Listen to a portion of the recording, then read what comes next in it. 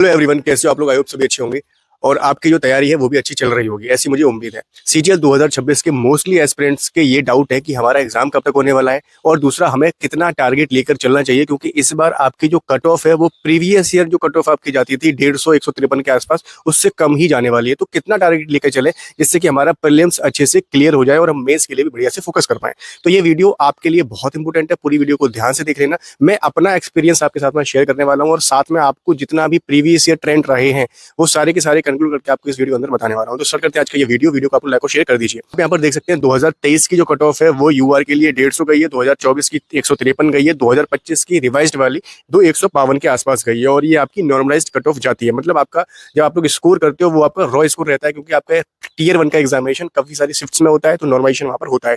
इसके बाद आपका जो स्कोर है वो थोड़ा सा बढ़ जाता है, किसी किसी का कम भी हो जाता है। इसके बाद अगर मैं बात करता हूँ कि आप लोगों को टारगेट क्या लेकर चलना है 2026 के लिए, जिससे कि आप अपने आप को यहाँ पर सेफ सिक्योर फील कर पाएं और अपनी जो प्रिपरेशन है उसमें अगर आप कहीं पर लैग कर रहे हैं तो उसको आप उसकी रफ्तार बढ़ा पाएं और अपने मॉक के अंदर स्कोर अच्छा कर पाएं और आप फाइनली यहाँ पर सेलेक्ट हो पाएं। सबसे पहले आप लोगों को अपना टारगेट क्लियर करना पड़ेगा। मोस्टली कैंडिडेट्स का टारगेट ही क्लियर नहीं होता है कि उनको कौन सी पोस्ट चाहिए। आप लोगों को अगर इनकम टैक्स इंस्पेक्टर चाहिए, सीबीआई चाहिए, एएसओ चाहिए, एक्साइज इंस्पेक्टर चाहिए या इस तरह की बड़ी पोस्ट चाहिए, तो आपको अपना टारगेट बड़ा बनाना पड़ेगा।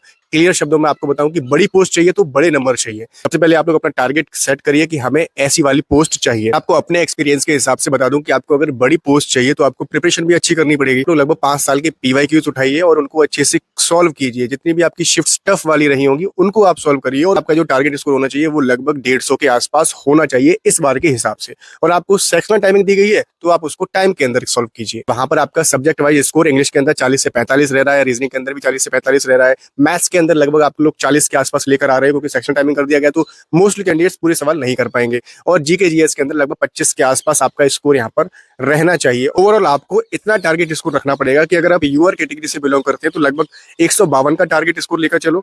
अगर आप ओबीसी कैटेगरी से बिलोंग करते हो तो 150 का स्कोर, अगर आप ईडब्ल्यूएस से बिलोंग करते हो तो 149 का स्कोर, और एससी से बिलोंग करते हो तो 132 का, और एसटी से बिलोंग करते हो तो 120 का। और ये आपका रॉ स्कोर रहना चाहिए। मतलब टारगेट स्कोर जो मैं आपको बता रहा हूँ ये आपकी कट ऑफ नहीं है, तो आपकी डेफिनेटली इससे कम ही जाने वाली है। क्योंकि आपको मैं बता दूं कि 31 लाख के आसपास फॉर्म्स पड़े हैं, तो इसका लगभग मान लो कि 60% के आसपास आपकी अटेंडेंस रहेगी टीयर 1 की। इतना स्कोर अचीव करने के लिए आपको हर दिन लगभग आज से एक मॉक टेस्ट लगाना चाहिए। लेकिन सिर्फ मॉक टेस्ट लगाना ही नहीं है, उसका एनालिसिस लगभग आपको 1 घंटे तक करना है कि आपकी कहां पर गलती रह गई है और क्यों गलती रह गई है। कोई कॉन्सेप्ट नहीं आता था, या फिर टाइम कम बढ़ गया, या फिर जल्दबाजी में कोई भी गलत आंसर हमने टिक कर दिया है। ये चीजें आपके एनालिसिस के अंदर ऐड आपको करनी पड़ेंगी। यही चीजें आपको बाकी के कैंडिडेट से अलग बनाएंगी। तो इस स्ट्रेटजी को फॉलो करके आप 150 या 153 तक स्कोर अपना अच्छे से लेके आ सकते हैं। और ये काम आपको डेली ही करना है। आपको कंसिस्टेंसी के साथ में पीवाईक्यू, मॉक एनालिसिस और डेली रिवीजन करना है। आप डेली लगभग 6 से 8 घंटे तक पढ़ाई करते हैं तो आप डेफिनेटली इतना स्कोर अचीव कर सकते हैं। और मैं आप लोगों को काफी सारी बुक्स की पीडीएफ टेलीग्राम पर शेयर करता रहता हूं, जैसे कि जीएस की ये वाली बुक जो कि आदित्य रंजन सर ने आपके लिए डिजाइन करी है। यहाँ पर आपको सब्जेक्ट वाइज, चैप्टर वाइज 4200 से ज्यादा पीवाईक्यूज मिल जाती हैं। सारा कंटेंट आपको एडुकेटी पैटर्न पर बेस्ड मिलता है।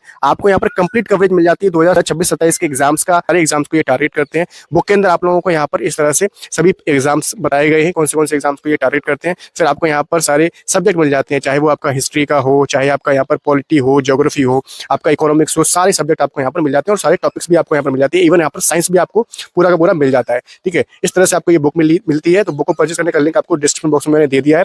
और इसका जो कुछ हाइलाइट्स हैं या फिर इसका सैंपल पीडीएफ मैं आपको टेलीग्राम पर शेयर कर दूंगा, तो टेलीग्राम को ज्वाइन करके इसके सैंपल पीडीएफ को आप लोग एक बार चेक कर सकते हैं, अगर मेरे को मिल जाता है तो। उम्मीद करते हैं आपको जो चीजें मैंने बताई हैं वो समझ में आई होंगी और इसको आप लोग अपनी प्रिपरेशन के अंदर इंप्लीमेंट करेंगे। अगर आप इन सब चीजों को फॉलो करते रहेंगे तो डेफिनेटली आपका इस बार सीजीएल 2026 के अंदर सिलेक्शन हो जाएगा। लेकिन एग्जामिनेशन आपका अक्टूबर के मिड तक जा सकता है, पॉसिबिलिटी ये बन रही है। लेकिन इस महीने कोई नोटिस नहीं आता है तो आप लोग अपनी जो प्रिपरेशन है वो अगले महीने की लास्ट तक पूरी की पूरी खत्म कर लेना, जिससे कि आपको अगर एक्स्ट्रा टाइम मिलता है तो वो आपका बोनस टाइम रहने वाला है और उसके अंदर आप अपनी प्रिपरेशन को और एनहेंस कर पाएंगे। जो भी गलतियां रहेंगी उनको आप लोग सुधार पाएंगे। तो अपनी जो प्रिपरेशन है उसको अभी रफ्तार दीजिए। आप वेट मत करिए कि एग्जाम की डेट आएगी उसके बाद हम अपनी प्रिपरेशन को और अच्छा कर पाएंगे। आप सीरियस कैंडिडेट है तो आप अपनी प्रिपरेशन को अभी से रफ्तार दे दीजिए। मिलते हैं आपसे नेक्स्ट वीडियो में एक नई इन्फॉर्मेशन। जय हिंद, वंदे मातरम।